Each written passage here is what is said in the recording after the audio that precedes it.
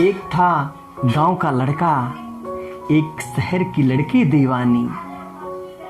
दोनों के मिलने का कुछ ऐसी थी कहानी, जैसे मिलती है संगम पे दो नदियों का पानी। अब दोनों पे रहने लगा घर वालों का पहरा, और प्यार बढ़ता गया समंदर से भी गहरा। दूर होने का नहीं था किसी का इरादा, दोनों निभाने लगे अपना अपना वादा। फिर अचानक एक दिन लड़की का मौत हो जाता है।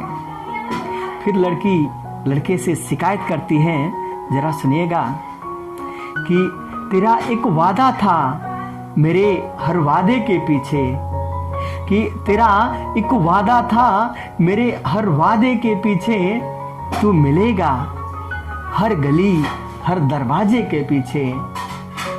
सारा जमाना था, बस एक तू ही नहीं था मेरे जनाजे के पीछे। इतना बात जब लड़का सुनता है, फिर लड़का कहता है कि हाँ, मेरा एक वादा था तेरे हर वादे के पीछे। हम मिलेंगे हर गली हर दरवाजे के पीछे।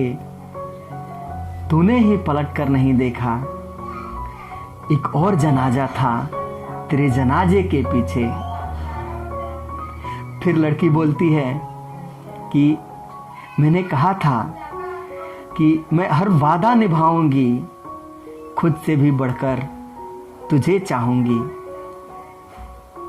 कि मैंने कहा था कि मैं हर वादा निभाऊंगी, खुद से भी ज़्यादा तुझे चाहूंगी।